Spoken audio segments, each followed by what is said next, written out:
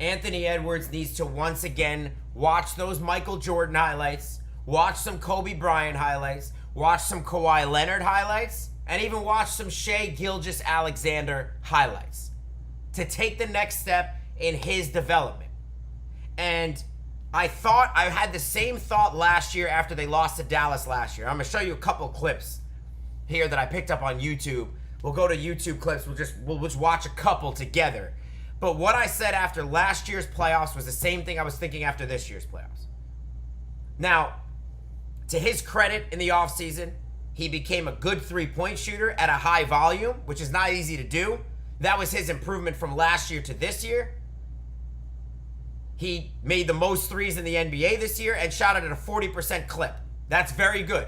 He's become a good three-point shooter at a high volume. Great. But you know what the hardest shot to get, the two hardest shots to get in the playoffs is? Which is why he struggled so much in the playoffs as he's gotten deeper in the rounds against the better defenses with the better rim protection and all that stuff. Especially with OKC. Threes and getting all the way to the basket are the hardest things to get in the playoffs. It's a different game than the regular season. They're not calling the same fouls out on the perimeter with the hand checking, with the body checking. They're not calling those like they call them in the regular season. So when Lou Dort and Caruso and Cason Wallace are on you, hounding you, and on you like shit on Velcro, you have no freedom of movement there. It's not easy to just take a three and get a good look at a three. And then when you do get to the basket or get there, you have Hartenstein, you have Holmgren, you have Jalen Williams coming up. You have all these guys who are going to give you force, going to meet you with their body, and they're allowed a little more contact, and they're going to make it extremely difficult for you to get to the hoop. So what is the most important shot to have in the playoffs, which is why the guys, if you go look, chat, if you go look, the most successful players in the NBA playoffs over the course of time have been three-level scorers who have mastered the mid-range. It might be not as important in the regular season as it used to be, but it's more important than ever in the playoffs. Obviously MJ, obviously Kobe, Kawhi Leonard in recent years, and Shai this year. Kyrie last year. Right? Like Jason Tatum, really good long two-range shooter. Brown, same thing. When you can master that, and Shai is a master at that. So what happens with Shai, he knows the shot he could get, no matter what defense is played, is the mid-range shot. Because it's hard to defend from that standpoint. Because otherwise you're going to give up open shots across the floor. So he can get to his mid-range, and because he's so lethal there, the defense plays off him a little bit. They can't check him at half court like they do with Ant, where they play him up towards half court. Because they say, okay, well, you know what we're going to do? We're going to force you to either try to go around us, exert a ton of energy, go around us, go to the basket. We're going to meet you with 3 7-footers. Or we're going to force you to try to navigate a screen and pull up for a tough three with our 7-footers hand in your face. And you're tired. Very hard to do. So, but with Shai, they can't do that. Because Shai could get to the mid-post area and pull up for a jumper, and it's a layup.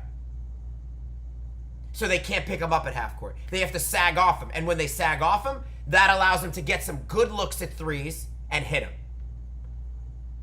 That's the step for Anthony Edwards. And when you look, and we're going to go right here. When you look at, okay? Excuse me. When you look at these guys, Kawhi Leonard, Kobe Bryant, let's run the tape. Look at this, Kawhi, mid-range, easy, money, right where he wants it, sweet spot. Here he is again, long two, gets to his spot, boom, layup. Those shots, you can't defend those shots. Look where he is, footwork, gets a little space, easy shot, that's like a layup for him, right? One more for Kawhi, there he is, spinning in the post-up, posting, fade away, layup, easy. That's Kawhi. Let's go to Kobe. Kobe, obviously a little before, but same concept. Look at this. Kobe wants in the post. He gets it. This is older Kobe too.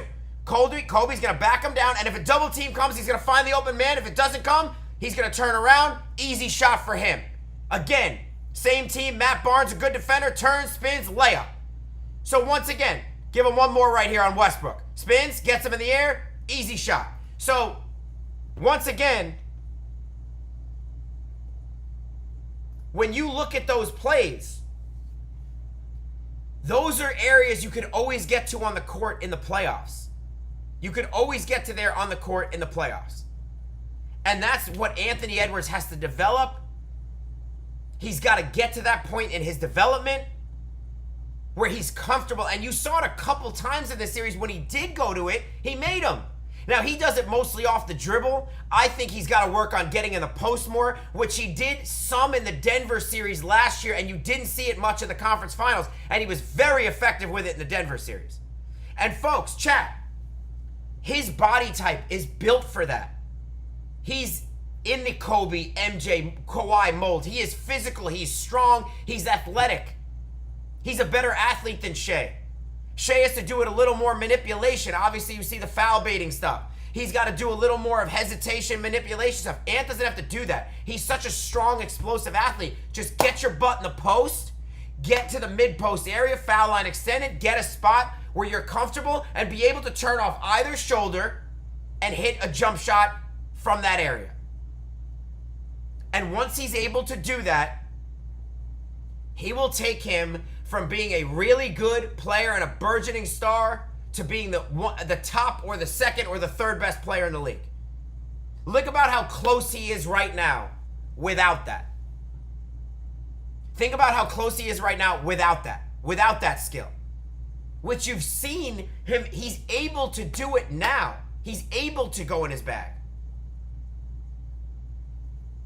So that's why I say to you, chat, he should be watching film all summer long and working on this one specific thing, because if he masters this on offense, I think it will take his game to a level where he becomes unstoppable and an MVP candidate. And does he need to make better decisions all the time with the ball? He does. His decision making has to go from, it's gotten better from last year, it needs to get even better. But you know what? That comes with confidence, being able to score at all three levels. Right now, he is mostly in these playoffs allowing teams to make him a two-level scorer. He needs to open the floor up to that mid-range area where that's an unguardable shot with his athleticism, his size. Because let me tell you something. Once he masters that, and he watches the Kawhi video, and he watches the Kobe video, and he even watches Shea video, because then he's able to take guys off the dribble from a pick and roll standpoint in the mid-range, which Shea does so well, which he should work on a little bit as well. Both those aspects, off the dribble, mid-range, post up, mid-range. Both those. Look at Shea, look at Kawhi. Once he's able to master that, you're not going to be able to guard him, because he's such a good athlete. You won't be able to pick him up at half court, which is what they did with Lou Dort and Caruso and Wallace. They would pick him up as soon as he got in the half-court line. Their hands would be on him. They're checking him. They're being physical with him, so he has no space to operate. He can't even get his handle off. He can't even get to a spot. He has to work so hard just to get a shot off. He's exhausted by the time he has to take it. Well, you know what?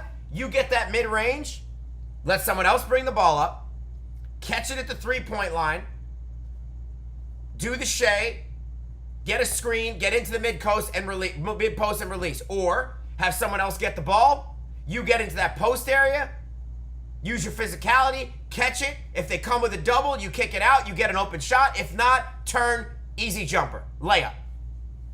Or pump fake and get to the hoop. And because when you can do that, look what they do with Shea. They're so scared of his mid-range game and his driving ability that the defense backs off him. They have to play him inside the three-point line. And when they play him inside the three-point line, then he's going to get 4 or 5 clean looks at threes during the game, which he was 37% during the season. Ant was 40%. So he'll get 4 or 5. Ant's such a good athlete. They'll have to be honest with him. They can't check him up there. He'll get 4, 5, 6 clean looks at threes. And the three will become easier for him. And then once he gets the threes going, because the mid-range sets that up, Then he's going to be able to pump fake and take it right to the hoop, and the defense is going to be off balance, and he'll get to the basket a couple times too.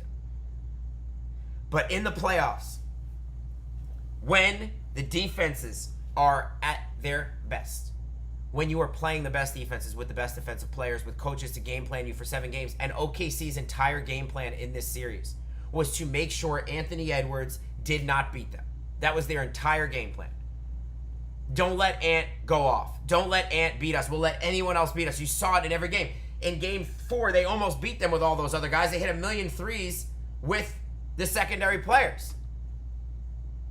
But they don't care about that. They said, we are not going to let Anthony Edwards beat us in this series. And they took him out of the series. And he allowed them to take him out of the series because he has not mastered the mid-range part of his game yet. Which is why Shea was so dominant. Because he has mastered that. It's an impossible shot to stop in the playoffs. Impossible. Doesn't matter what you do. Doesn't matter what fouls they call. Doesn't matter what they allow from a physicality standpoint. Doesn't matter. Can't stop it. You could stop getting to the hoop. You could stop shooting threes, more physical on the three-point line. But once you get inside there, and you can score from anywhere on the floor, can't guard it. So I like to challenge Ant to go out this summer and, like I said, watch those Kawhi videos. Watch the Kobe videos. Watch even Shea, how he gets to his mid-range off the dribble. They do it in different ways, but watch all those guys. Because if he does that, excuse me, he has a chance to become the very best player in the league. And everyone talks about this face of the league stuff. Of course he has a chance to be the face of the league. I don't even care about that. He's got a chance to be the best player in the league. If he masters that. But he's got to master that, or he's never gonna be able to respond to the chess moves that a top defensive team puts on him. And Dallas was not a top defensive team last year, but what they did was after they got Gafford and Lively came on, they had a front line that was very hard for him to navigate. Plus, when you add in P.J. Washington, who was a good defender they added at the deadline, and when you put in Derek Jones and guys like that who were good long wing defenders, it was similar scenario. Not as hard as OKC, who has 3 of the best defenders in the NBA on their team. But they started making it extremely difficult for him to get to a spot for him to score because they're just going to play physical. Because in the playoffs, they don't call those fouls that they do in the regular season. So how is Ant combating that? He can't. He doesn't have a move for the chess move. He doesn't have an answer. It's checkmate. As soon as they want to take him out of the series and they say make others beat us, they'll take him out of the series. So it's on him this summer to master that mid-range area like I showed you. Okay? Like I showed you. Master that mid-range area, and that's going to make all the difference for him becoming a great player, or I shouldn't say he's a great player now, for him becoming a first team All-NBA and a chance to win the MVP award. That's what it's going to become for him. Now, I'll give you one more here, okay? I'll give you one more. Let's go to Shea real quick because he does it differently. He does it differently on the block, right? He goes in there. He doesn't really post up as much. He does it off the dribble. Right now, he's posting up, as you can see here. This is similar to Kawhi, similar to Kobe. He gets in the lane. Now, look how easy that's obviously a tough shot, but it's hard for other defenders to come and hound him. He's got to spin away. No, they can't help because otherwise someone's wide open. So that's Shea. Now he's going to do it off the dribble. Watch, he used the pick and roll, gets in the paint. Now he's using his dribble. He gets in a spot. That's an easy shot for him. It's unguardable. You can't where are they going to bring the defender? Where's he going to come from? Look, Garland, then it's a wide open 3, kicks it out, wide open 3. Right? And you see same thing with Dean Wade in the corner. He can't come off of the guy who's an open shooter. Same thing here. Shea does it off his dribble. Here's on Derek Jones. Crossover, boom, gets a space, easy shot. It's just an easy shot. It's just an easy shot. A 3 is not an easy shot in the playoffs because of The fact that when they're so physical, you're tired. It's hard to have the legs to make threes all game like that and to shoot them over an outstretched arm of the center when you're doing a pick and roll.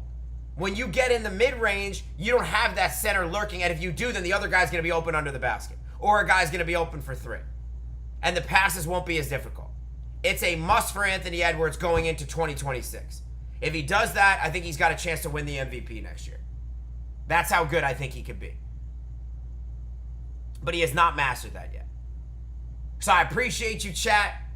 That's my 15 minutes on Anthony Edwards and what he needs to do to become the best player in the league, which I think he's capable of being.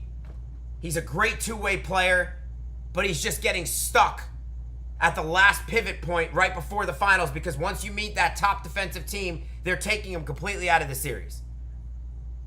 And now 2 years in a row, he's had, for him, a poor conference finals. So, mid-range, Kobe, Kawhi, Jordan, and Shea. Go watch the clips. That's it for Justin Morelli and the Shot Clock. We'll see you later. Peace.